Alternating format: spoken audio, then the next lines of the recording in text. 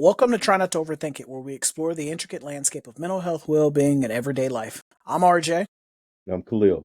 Join us as we dive into insightful conversations, share expert perspectives, and personal stories that shed light on the various dimensions of mental wellness.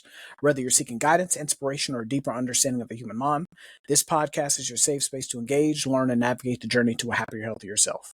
If you're new to the channel, please like and subscribe to the channel and hit that notification button so that you do not miss out on any future content. So, today we are going to unpack the topic of recovery. So this is a very important one. As I was just telling Khalil before we started shooting, as a therapist, I do not understand why we had never discussed this topic before. It's kind of like the conversation one. We should have been touched on this topic.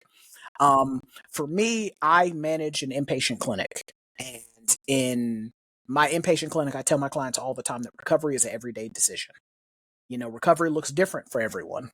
You can be recovering emotionally, you can be recovering physically, you can be recovering from a mental health issue, a mental health crisis. You could also be recovering from substance abuse. But everyone's recovery is different. But it's an everyday, the one thing that they all have in common is it's an everyday decision to make good, conscious decisions that will contribute to you being the best version of yourself.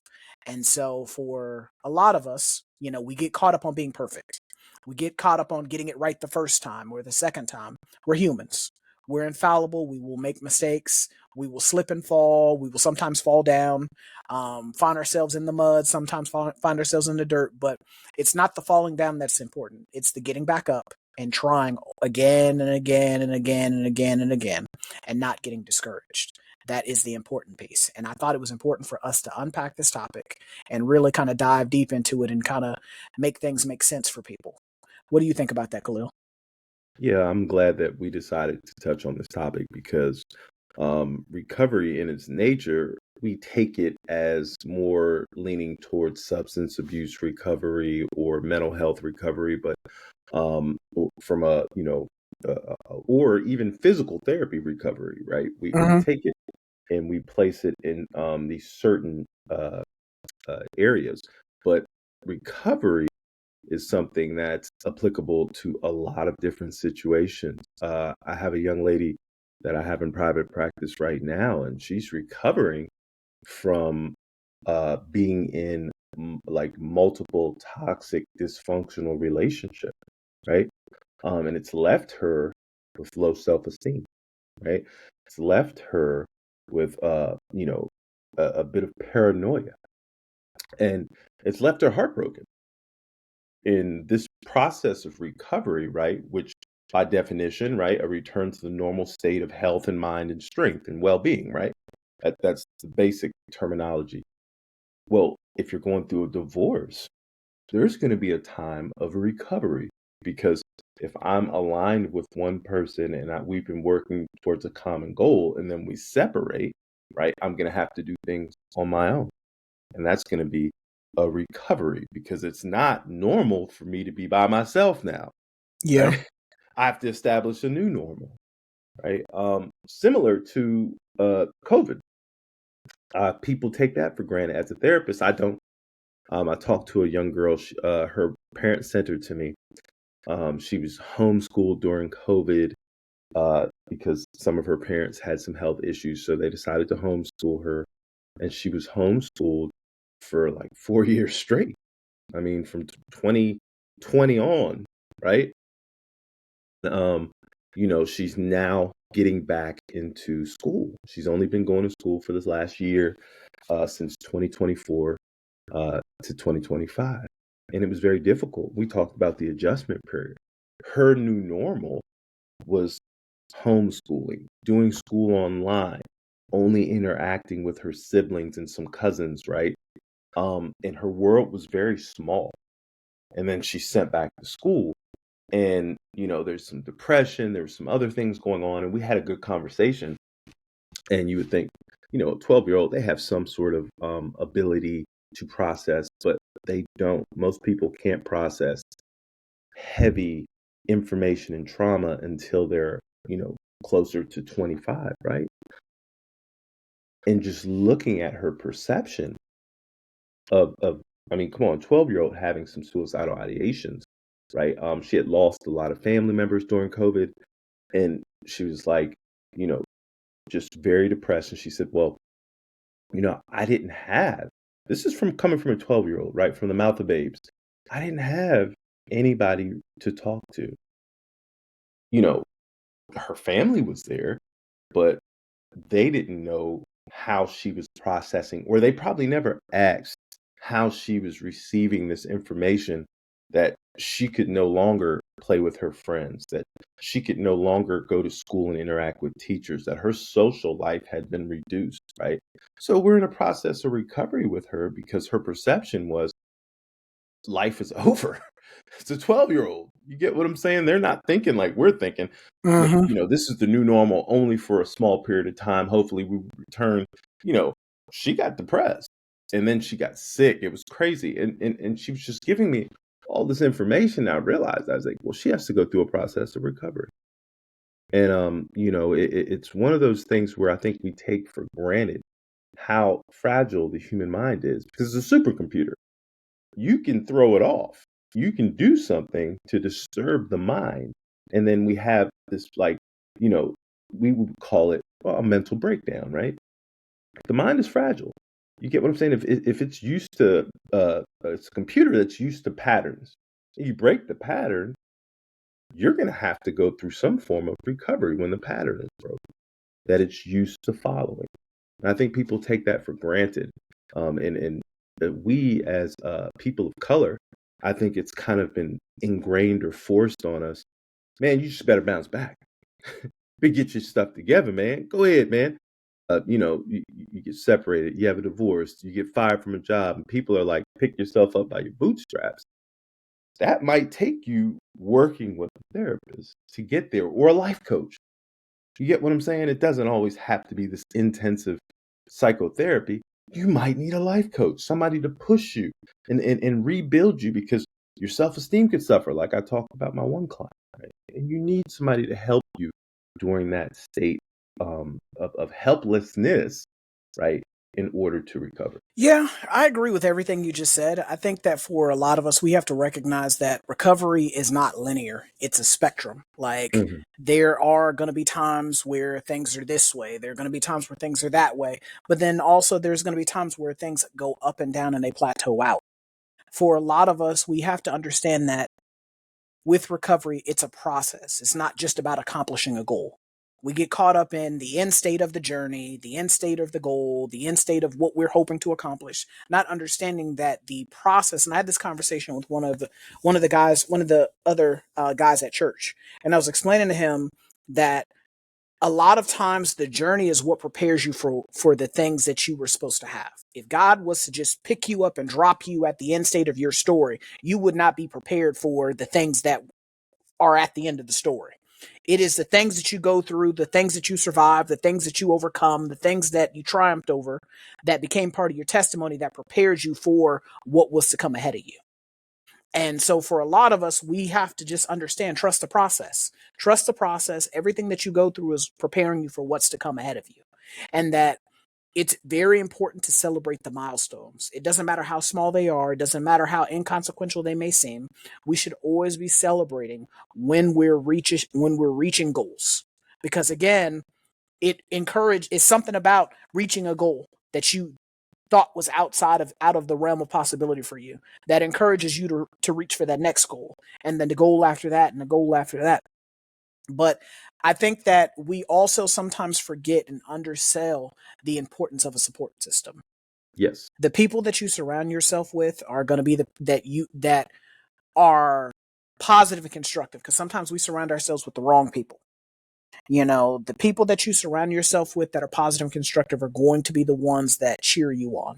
They're going to be the ones to hold you accountable, because that's a big part of, staying on track with recovery is the accountability. You're going to need people to tell you when you're messing up. You're going to need people to tell you, hey, you're slacking. Hey, get your shit together. Hey, you can't keep messing up like that. You need people that are going to hold you accountable, tell you what you need to hear and not what you want to hear. For a lot of us, especially in today's society, we tend to surround ourselves with yes men and yes women. Khalil alluded to this in one of our previous episodes about people will yes sir you and yes ma'am you all day long, and them doing that will lead you down a path of destruction. You need people that are going to tell you, hey, I love you, but me loving you is me putting my foot in your ass, kicking your back in because you got to get it together. You keep fucking up. There's not always going to be a second and a third and a fourth chance. You need people who are gonna be on you like that, who are invested in you being the best version of yourself, even though there may not be something in it for them. Well, look, I like what you're saying because there's a flip side to that as well, right? Because I've worked in substance abuse, I'm in recovery, right? There's certain people who have to be the ones who aren't going to enable you. You need to have those people who are going to keep you accountable. But then also there's the flip side of that, right? There's people who um they need a different level of interaction, right? Because with me, I've been through several different styles of recovery programs. I've worked for several different styles of recovery programs. There's some people who, hey, they can go to a rehab down the street from their house and they could stay there for 28 days, go to a few meetings and stay sober. Right. I've met and they're outliers. And it didn't take too hard of a level of accountability because they were willing. They were like, "Hey, I don't like this. This isn't for me. I want to change." But the majority, right? And that's the reason why I said it. There's a slight contradiction. The majority of them need someone to be on their ass. I've been to some rehabs. I've worked at some of them where it's a therapeutic community. They keep you accountable for everything. Absolutely. Anything you do wrong, they say, "Hey, that's going to mess your recovery up." Yep. Boom. You're like, wait, all I'm doing is drinking some energy drinks, right? That's your new addiction. Boom. And they let you know that, right? Or they see you talking to some women, right? Well, why are you talking to a whole bunch of women? That's your new addiction. You need to work on that, And it's funny because, yes, that's a part of recovery are noticing the things that are keeping me in that unhealthy cycle, right? And you Absolutely. need someone to keep you accountable. And what RJ does as a professional, because I've worked in that setting, the therapist, and some of the directors like RJ and other people, right? You have to make sure that your clients are noticing their patterns of behavior and what's bringing them in and out of mental health treatment, right? And that's that's something where some people are okay with getting the constructive criticism, then other people aren't, right? They'll cuss you out if you tell them that, hey, man, it's probably best if you don't go back home with your spouse. It's probably best if you don't go back home with your sister or your cousin or whoever you're living with. That's a toxic environment. There's some things that you know might trigger you in that environment. We've even had a lady. She was in recovery. I'll never forget it.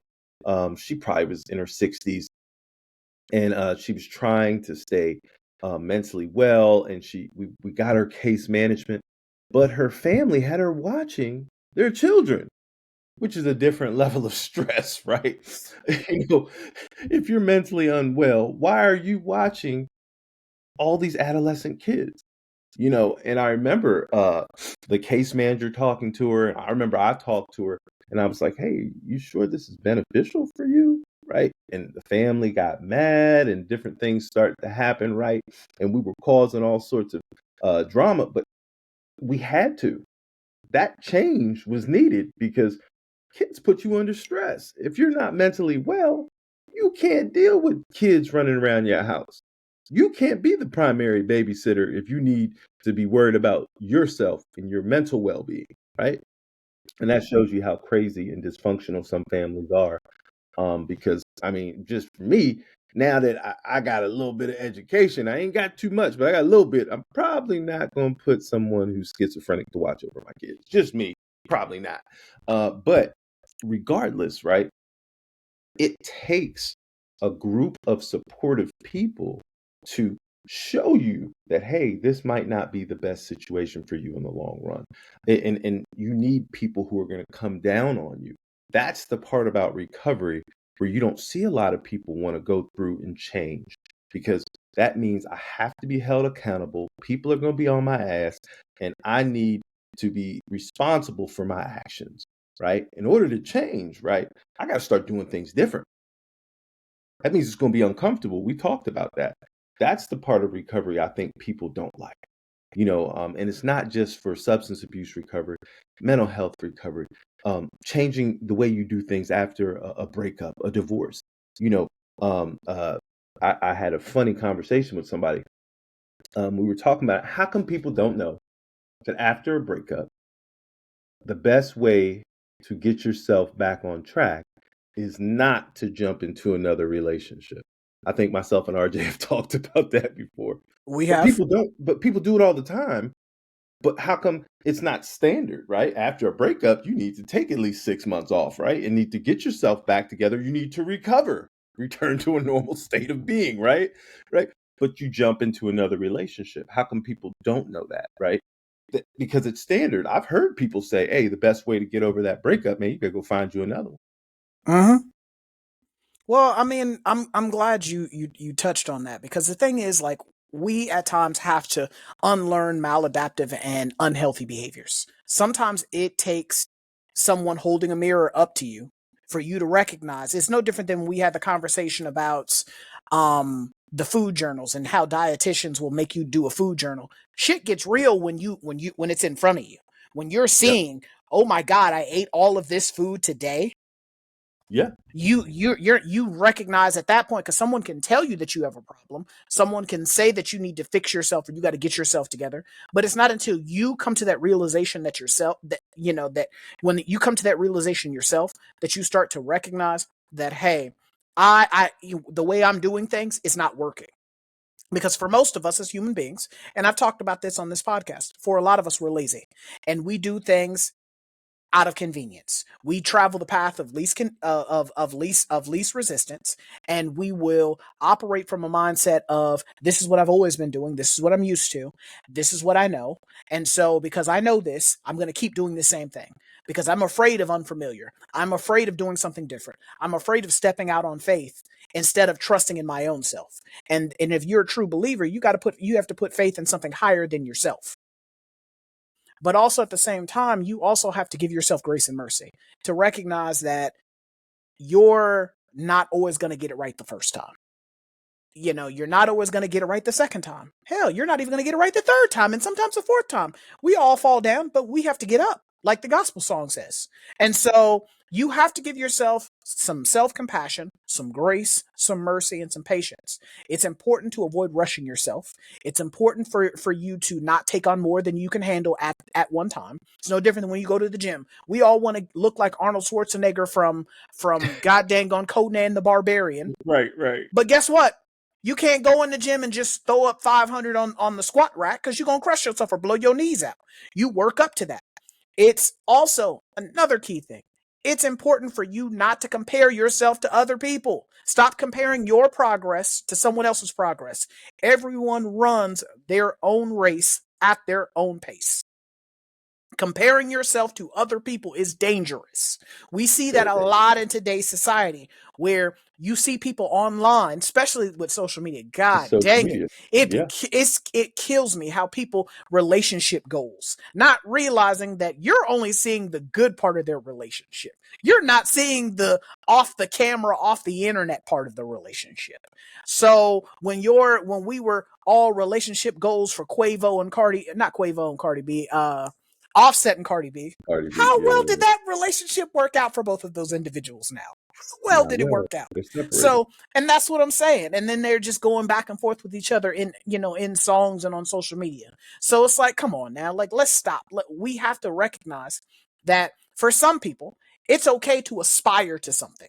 It's okay to aspire to, like, people talk about Kobe Bryant and his work ethic. People wanted to be Kobe, but nobody wanted to have the work ethic that Kobe had. Same thing with Michael Jordan. People wanted everyone, because that was a thing when I was a kid. Everybody wanted to be like Mike. Everybody did. Everybody wanted to be like Mike. Everybody wanted to wear Air Jordans. Everybody wanted to wear number 23. But Michael Jordan had a thought process, a work ethic, a level of discipline, and a competitiveness about him that other players said bordered on psychotic. They're like, man, he would just be he would get himself just so worked up before a game. Same thing with my man Kevin Garnett, one of my favorite basketball players. I've watched interviews of, like, Paul Pierce was telling the story about they were playing the Dallas Mavericks, and he's like, KG was guarding Dirk, and he gets mad, and so what you mad about? He called me the N word, and he was like, no, he didn't. Yes, he did. He called me the N word in German, but Dirk really didn't call him the N word. What it was Kevin Garnett was was psyching himself up to play more intensely against Dirk. And so he needed something to push him to that next level, to give himself that competitive edge, to be the best version of himself. So I mean, I say that to say this, like, we have to recognize that we're all made uniquely to be us. We're not made to be anyone else other than us. That's Khalil right. can't be RJ. RJ can't be Khalil. Khalil can't be unique. Unique can't be Khalil. RJ can't be unique. Unique can't be RJ. We're all intrinsically different people that bring something of value and worth to every situation we find ourselves in. And so for a lot of us, we have to recognize that God created each one of us uniquely and masterfully to be who we were called to be. Everyone has a purpose, everyone has a goal, everyone has a race to run. Some of our races will take us to the highest highs, and some of our races won't take us there. But by being focused on you being the best version of yourself, you don't get yourself distracted. You don't get yourselves caught up in doing things you have no business doing. And for me, like, when I sit down and I talk to my clients, I will ask them questions and I need them to respond out loud, because there's a difference between me saying that something's a bad idea, but you Right. recognizing that it's a bad idea. And most times you'll recognize it's a bad idea when we're talking about it. I had a client around Christmas time. He had sat in jail for 6 months because he had violated the conditions of his house release. He was on house arrest. I'm sorry. He had conditional release and he was on house arrest. So at 11:30 at night, him and his homeboy decide, hey, we're going to go to the restaurant cookout and go get some chicken tenders. So I asked him, I said, so we waited till 11:30 at night to go to You cookout? get something to eat. I said, we couldn't have gone at 5 o'clock, 6 o'clock, 7 o'clock, 8 o'clock, a more respectable time to cook out? Well, yeah, I see what you're saying. I see what you're saying. I said, so was your homeboy on house arrest? No. I said, so why couldn't your homeboy go to cookout instead of you go to cookout? And he was like, he kind of paused for a second. I said, so let me ask you one final question. Who went to jail for 6 months behind some chicken tenders from cookout? Was it you or your homeboy? And you know what? You're right. It was me. I went to jail behind some dang on chicken tenders from cookout. He said, you know what? You're right. He said, that was stupid as hell.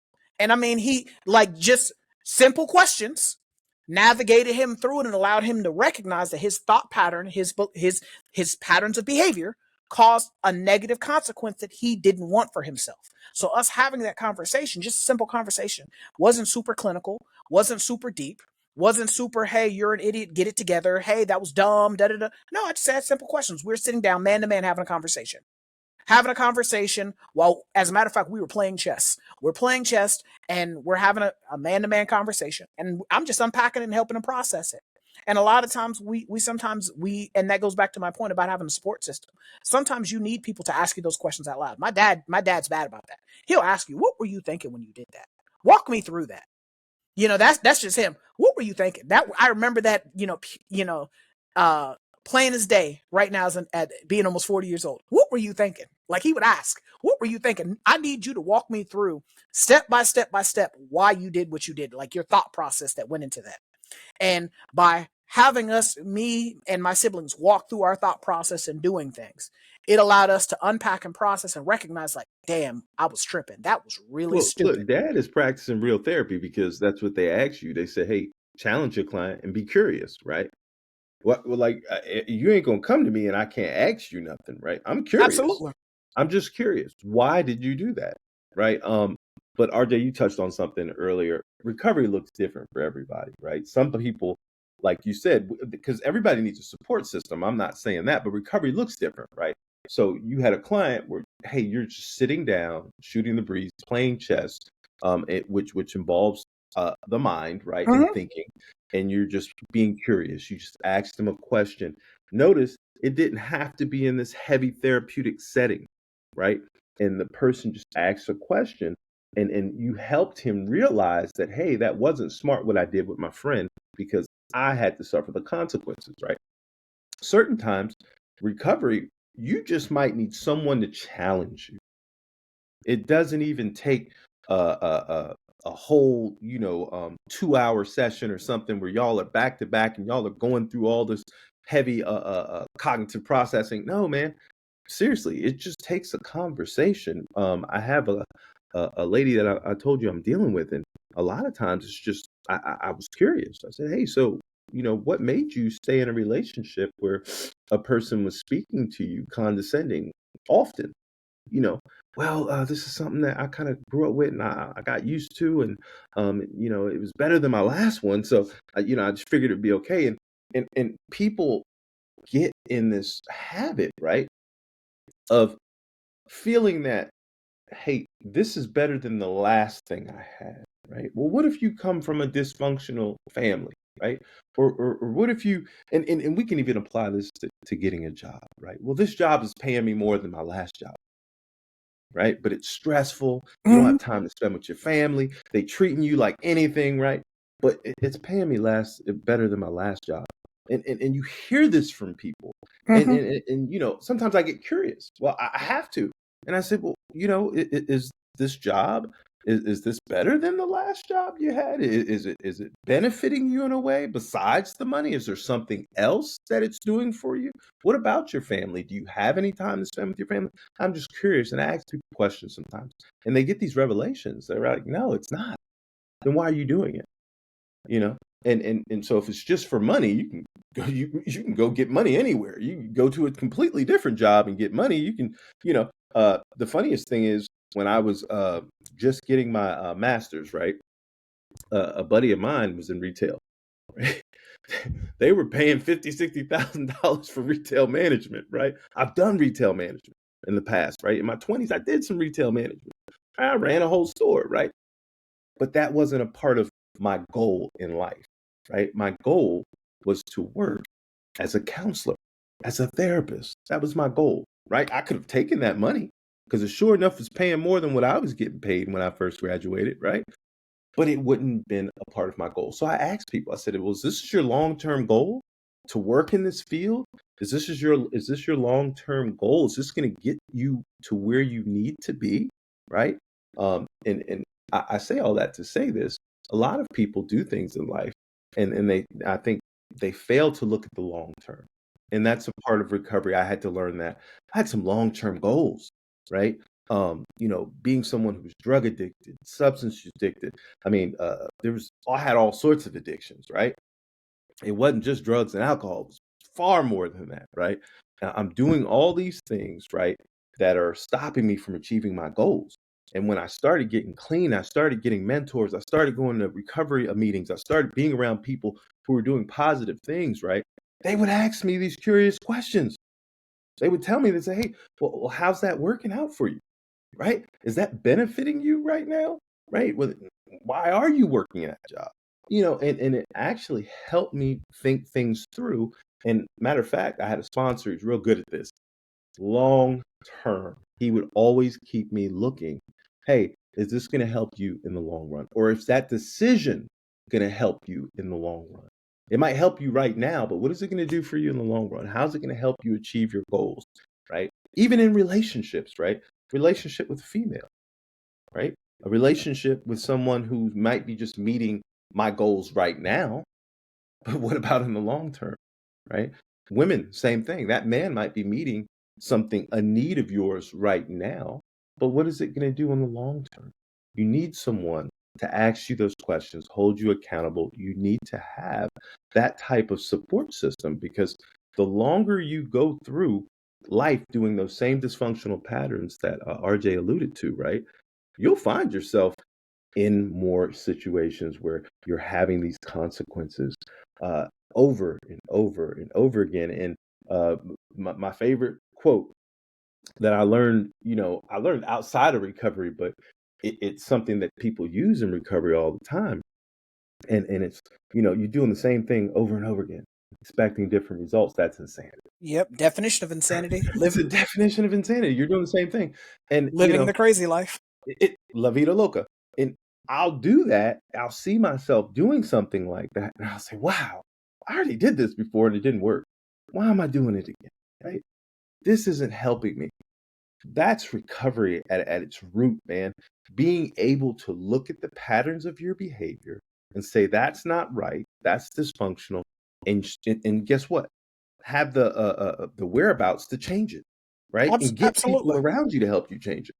Absolutely. I mean, I think that, something that you touched on, the habit part and the environment piece, you know, for all of us. And this goes for people inside of recovery, outside of recovery, people who don't have something that they're recovering from, just everyone that is listening to this or watching this episode. We should all be building routines that reinforce healing and us being the best version of ourselves. We should all have that. For some people, like I was having this conversation with someone that's been on the podcast before, Lucretia Coleman. We were just talking about how certain athletes, they need sports in order to stay focused. You look at somebody like Tyson Fury. Tyson Fury did an interview where he talked about without boxing, he has nothing. Like he needs the regimen and the rigidity and the repetition of training for boxing to keep him focused, because without boxing his life is chaotic and it's disorganized, where he was depressed, he was drinking, he was doing drugs, he was out of shape and overweight. But when he's in camp, he's diligent, he's focused, he's disciplined. He talked about that. And so I say that to say this: we all need to build routines and participate in things that will help us be the best version of ourselves. So for me, daily routine that I have, I'm very regimented about this. No matter where I am, wherever I find myself, the first thing I do when I get out of bed is I pray. I pray because at the end of the day, I'm blessed to see another day. Tomorrow ain't promised to nobody. So I want to make sure that I start my day off with, saying a prayer, thanking the Lord above with blessing me with another day. I then brush my teeth, wash my face, brush my teeth, get dressed, stretch, go run 5 miles before I go to work. Come back, get dressed, do whatever I got to do at work all day. Come back home, change, get dressed, go to the gym for 2 hours. Come back, shower, eat, do a daily Bible study, and then before I go to bed, I pray again. I daily routine every single day that keeps me structured, keeps me centered, keeps me from doing things that I have no business doing. Because again, there are so many distractions out there in the day-to-day world that if I was not staying regimented and I was not staying on task and I wasn't staying in my routine, I'd be out here partaking in those things. But that leads me to my next point. You alluded to about changing your environment. For me as a young man, right? And my dad always hates when I say this, the curse of the Philip. So all of us that have the middle name of Philip, me included, we have not always been the best in regards to female interaction. And what I mean by not the best when it comes to female interaction, we sometimes partake in things that we should not be partaking in.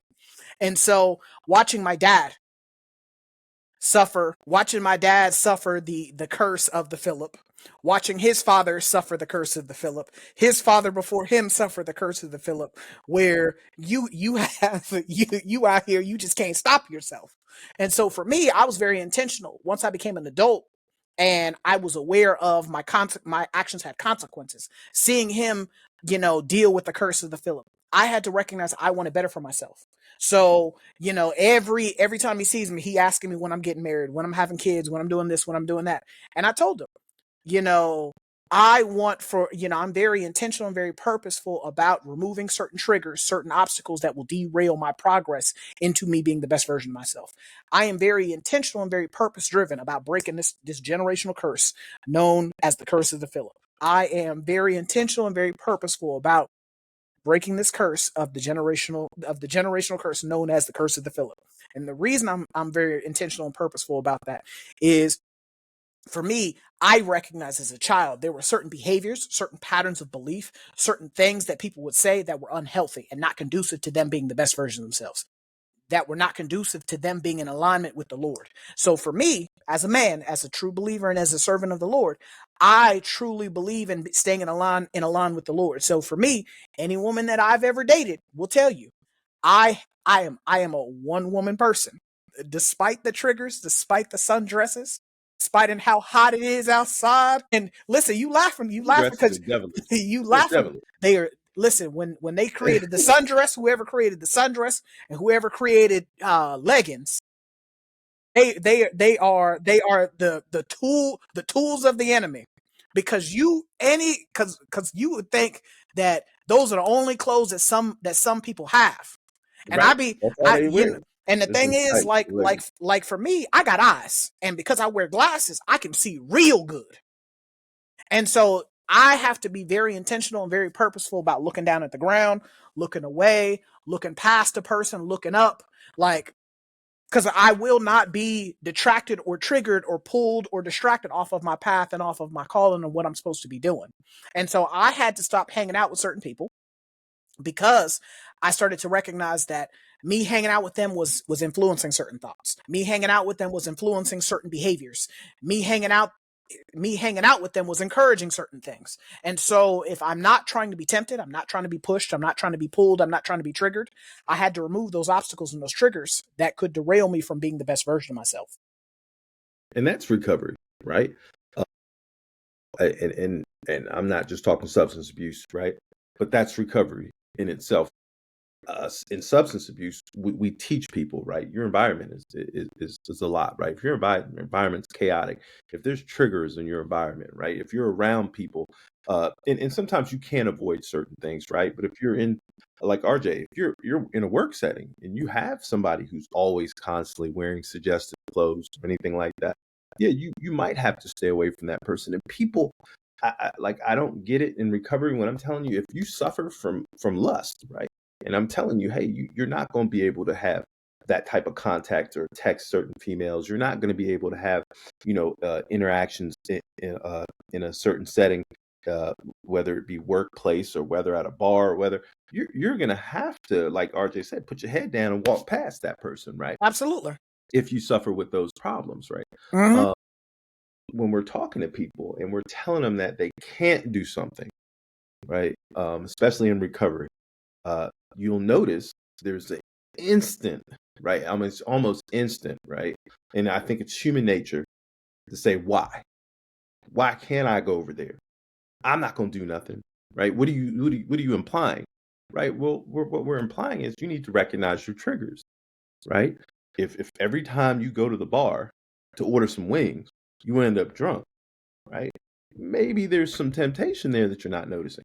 Or every time you go to the club, you end up going home with a young lady or with a young man, right? There might be some temptation there for you, right? That might be your trigger, Especially right? if And you're we're in a trying to help committed you recover. monogamous relationship with somebody else. Right, and you're already in a relationship, right? We're trying to help you recover. I mean, I've dealt with the serial cheaters and stuff like that, people who have infidelity problems, right? Especially in sessions, and I'm like, hey, well, are you recognizing your triggers? Yeah, man. It always starts with innocent texting. Or I met this young lady and I just said I'm a texter, right? And see how she's doing. Loose boundaries turning into no Boundaries, boundaries. boundaries. Unique always preaches that, right? The boundaries, right? Well, it started out, as you might say, innocent, right? Well, Mm-hmm. hey, what you doing today? You going somewhere? You watching a movie? What you doing? And next thing you know, the flirtation starts, right? Absolutely not. And so people who we say, hey, if you're suffering from something and you need to get in recovery, right? You have to start acknowledging your triggers. That's one of the first things they teach you. You go into any program, first thing you see, hey, what causes you stress? What causes your stress response, right? What triggers that? There's a stress response in everybody, right? What triggers that? Some people, their stress response is a little different than the other ones, right? Some people, hey, I'm gonna go ahead and get drunk, or you know what, I'm gonna go get me one of them women, right? Or everybody's different, right? Some people will leave a job. I've met people. They're at a new job every month, every 2 months, every 3 months, right? Their stress response is, I'm gonna quit. I'm tired of this. Remember, I think we talked about it. What is it? My name is Chris. My name is Chris. Everybody hates Chris, and Yeah. his mom would always quit a job, right? That's a My stress response. my man got two jobs. I don't need this. I don't need this, right? That's a stress response, right?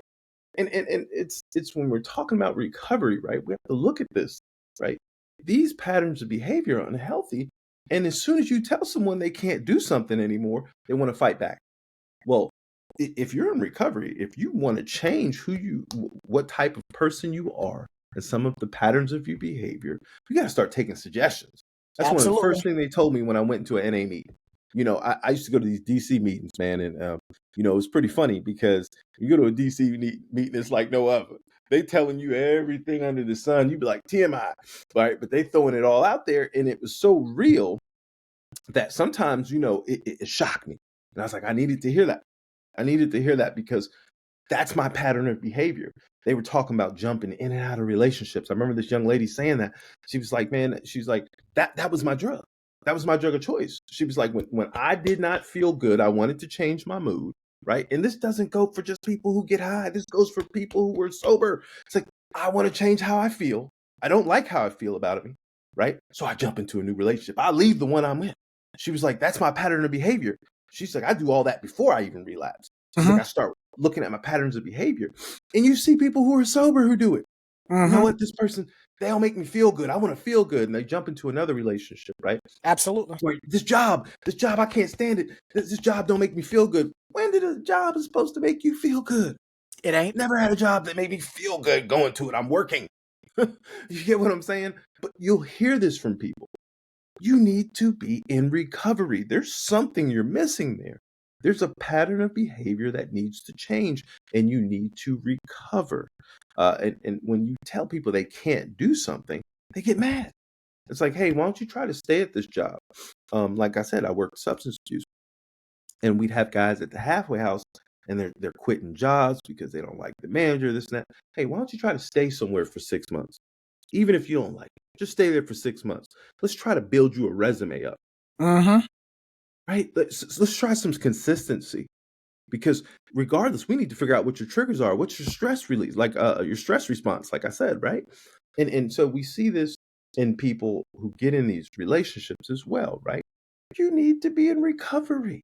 There's something wrong with you when you're bouncing from relationship to relationship. There's something broken that needs to be reestablished. And I hate to say fixed, right? Because I don't Hmm. believe people need to be fixed, right? I believe that there's some patterns of dysfunctional behaviors that need to change, right? I can't fix you. You're who you are. But we need to change some of these behavior patterns because they're unhealthy. Absolutely. I mean, at some point in time, you have to recognize what's working and what's not working. And understanding that for a lot of us, and the reason I had to take a deep sigh is because for a lot of us, we struggle with understanding that recovery isn't just about getting back. It's often a chance to grow stronger Yes. and to grow wiser and to not keep making the same choices and the same mistakes always over and over and over again. Like, and I tell my clients this all the time. Something stops being a mistake after the second time. First time, second time, after that, it's a choice. And like I remember being a kid and even being an adult, sitting down watching, me and the clients would sometimes sit down and watch the Jerry Springer show or sit down and watch Maury Povich. And people talk about, oh, I cheated with this person, it was a mistake. There were a lot of concerted decisions that went into cheating. To make that mistake, Yeah, right? you Over and over again. you drove over somebody's house. They came over your house. There was some touching. There was some rubbing. There were some clothes that came off. There were a lot of things that happened in order for y'all to Rod P going in the slot V and some vigorous rubbing going on. Like there were some things that happened that you could have at some point in time somebody could have said, "Oh, we shouldn't be doing this. Let's stop." So it's not when there's a lot of concerted decision making that's going on. It's not a mistake. And so at that point, we have to own that. But we also have to recognize that it's not about getting back to who you were. Who you were is long gone. Who you were is what caused you to be in this spot in the first place. So we got to leave that shit alone. We got to step away from who we were and start being someone new. And that's where for a lot of us and some of us we struggle with that. We struggle with understanding that being someone new is not always a bad thing. Stepping into something new isn't always a bad thing. Because again, what doesn't kill you makes you stronger. I used to hate when I used to hear my daddy say that when I was a kid. What doesn't Hmm. kill you makes you stronger, it builds character. I used to hate that. But as an adult, I understand the validity and the wisdom in that. If it doesn't kill you, you can learn from it. You can learn not to continue to make the same choices that cause you to be in the same spot over and over and over Over and again. over again. You grow wiser from it. You get better at being the best version of yourself because it's an opportunity for you to, because every day is a new beginning. Every day is a new beginning. And if you look at it like that, yes, today was shitty. Yes, today sucked, but tomorrow is an opportunity for me to start over fresh and make better decisions that will align with me being the best person. But another thing is leaning on lessons learned. During your setbacks, your slide backs, your fall downs, your fuck ups, your mishaps, that's an opportunity from you to learn, how did you end up in that spot? Let's do better so we don't slide back that way and continue to move this way. Because by leaning on your lessons learned, it allows you to shape your decisions in the future. It allows you to shape how you proceed in the future. It allows you to shape how you move in the future. But for a lot of us, we have to be humble enough to be willing to learn. One of the best, and I said this on this platform before, one of the best lessons I've learned in life is knowing when to shut the hell up. Knowing when to be quiet and knowing when to act. Sometimes we get so caught up in just doing something. And even for you, when we worked together, I used to have to tell you, stop, because you would just be going, going, going, going, going, going, going. And I'm like, stop, you're just making it worse. Stop. Let's sit down. Let's plan out our next move. Let's figure out courses of action from that next move so that we're not continuing to just work on the same problem all day long. Going in circles. And we're just going in circles because, boy, you would drive me up the wall. You would just be all day, all day, all day calling me or asking me, well, RJ, this is going on. What do I do? RJ, this is going on. What do I do? And I'm like, Well, bro, look, stop. but I learned from it. Yeah, And RJ's right, because working in the mental health field, right? There's certain things you can do for people, right? And this is recovery, right? Like, hey, if the person keeps making the same mistake over and over again, right? You're not if they keep getting kicked out of an apartment, Khalil, why are you gonna put them in another one? You know what I'm saying? Hey, look, they're not taking their medicine and they're ending up in the psych ward, right? And don't advocate for them to leave early, right? We're going to leave them there for a minute, right? Like, there's certain things that I had to learn, which was a process, right? And sometimes I was shooting myself in the foot because it's like, hey, I want to help people so bad, right? And this goes for people outside the mental health field, right? This is in your own personal life, right? I used to want to help people so bad, right? But I would enable them and I jump right back into that cycle. You know what I mean? And we get caught into it. And I have a high motor, man. When I'm doing something, like RJ said, I'm going. And I realized, like, man, I've been doing the same thing for this person over and over and over again, right? If this is speaking to somebody, all right, who has a child in substance abuse, or is a child who struggles with their mental health, right? And you've been doing the same thing over again, and you're spinning your wheels, and you're running, you're exhausting yourself, right? RJ's right. You need to pull back and stop. You need to stop. Rethink the plan. The plan isn't working. What you're doing is not working. And that's something I learned in the field. And I'm very grateful to have worked under RJ and other people, Maxie Kirk. There's a whole bunch of great therapists that I worked for, right? And I was able to see, like, okay, I'm spinning my wheels. I want it more for this person than they want it for themselves, right? And if you have a family member who struggles and they're in recovery, right? There's some times where you are going to have to sit there, look at that process, right? It might not be working. You might have to go back to the drawing board. You need to take a pause. It's okay to take a healthy pause sometimes. You know what? I'm not going to do anything this week for that person. I'm sorry. I'm going to have to come up with a better idea to help you, because it's not helping you right now. All we're doing is spinning our wheels, and we're going in the same direction around in circles. And people take that personal. I know that. There's a lot of family members who are going to be upset. Oh, you just going to leave him in that situation? Yeah, I'm probably just going to leave him in that situation because we did this. Matter of fact, you need to start writing the dates down. Writing down the dates. Remember, RJ said when you write it down, it makes it real. absolutely. We did this in 2019. We did this in 21. We did this in 23. It's 2025. I'm not going to do the same thing, right? That's a part of recovery sometimes, is that your support system, like I said, has to keep you accountable. We can't keep doing this. A part of my personal story is my mother. She came to this conclusion with me. I'd always be losing apartments. I'd always be kicked out of this place, that place, right? Crash a car, don't have a car. And luckily, I was living in the Maryland, D.C. area, so I could catch a metro. I couldn't do that type of stuff out here, right? But I would catch a bus, catch a metro or whatever, and she'd have to drop me off here or pick me up at the metro station, regardless, right? Um, Eventually, I wore her down. The lawyers, the court cases, all right? She said, hey, I'm getting older. I can't do this.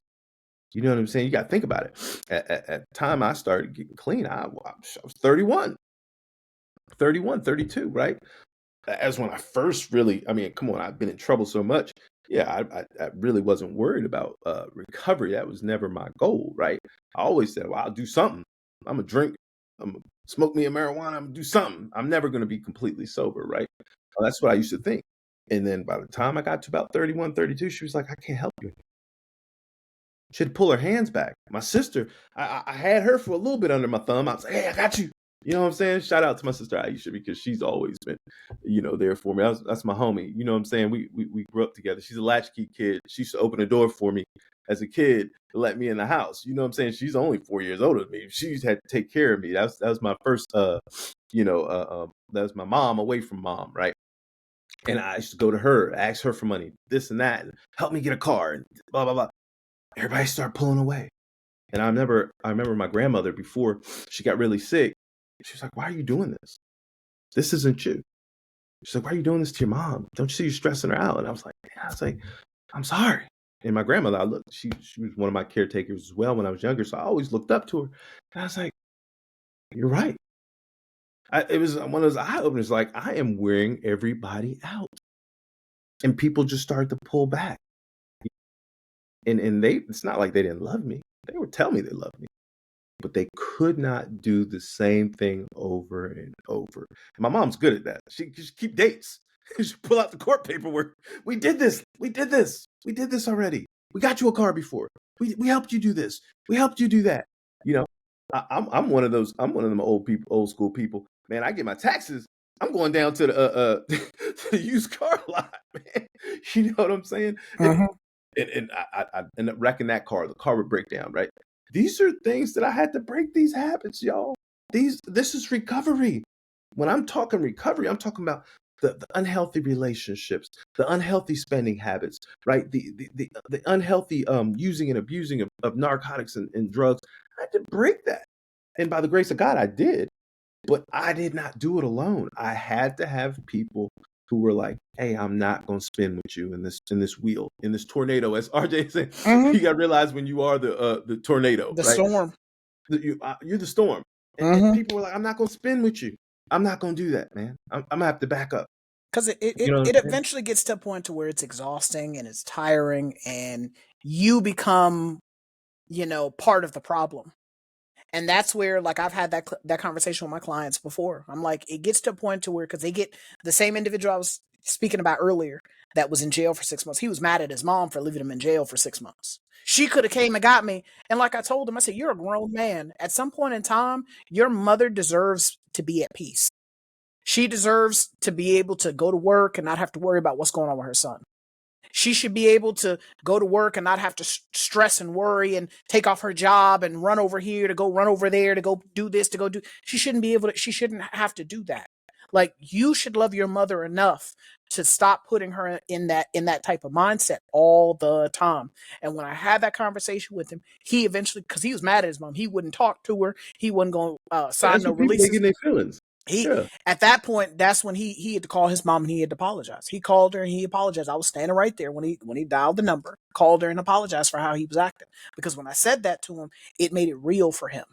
And what I had to explain to him was, you have to start recognizing the signs and the like the warning clarions when you're starting to slip back into old patterns of behavior.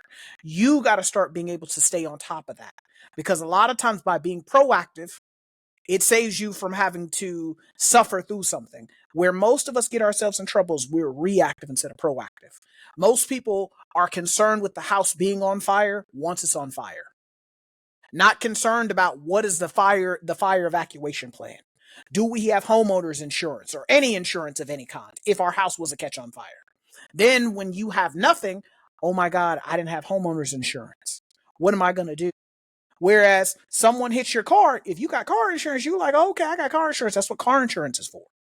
I'm not having to worry about where I'm going to get another vehicle from. How am I going to get another vehicle? Because I have car insurance, full coverage car insurance. Like that is where for most of us, like I said, if we are trying to have things we've never had before, we got to be willing to do things we've never done before. And so sometimes we have to be willing to create a plan for what happens when we start to slip backwards. We have to create a plan for who we can call if we need someone to hold us accountable.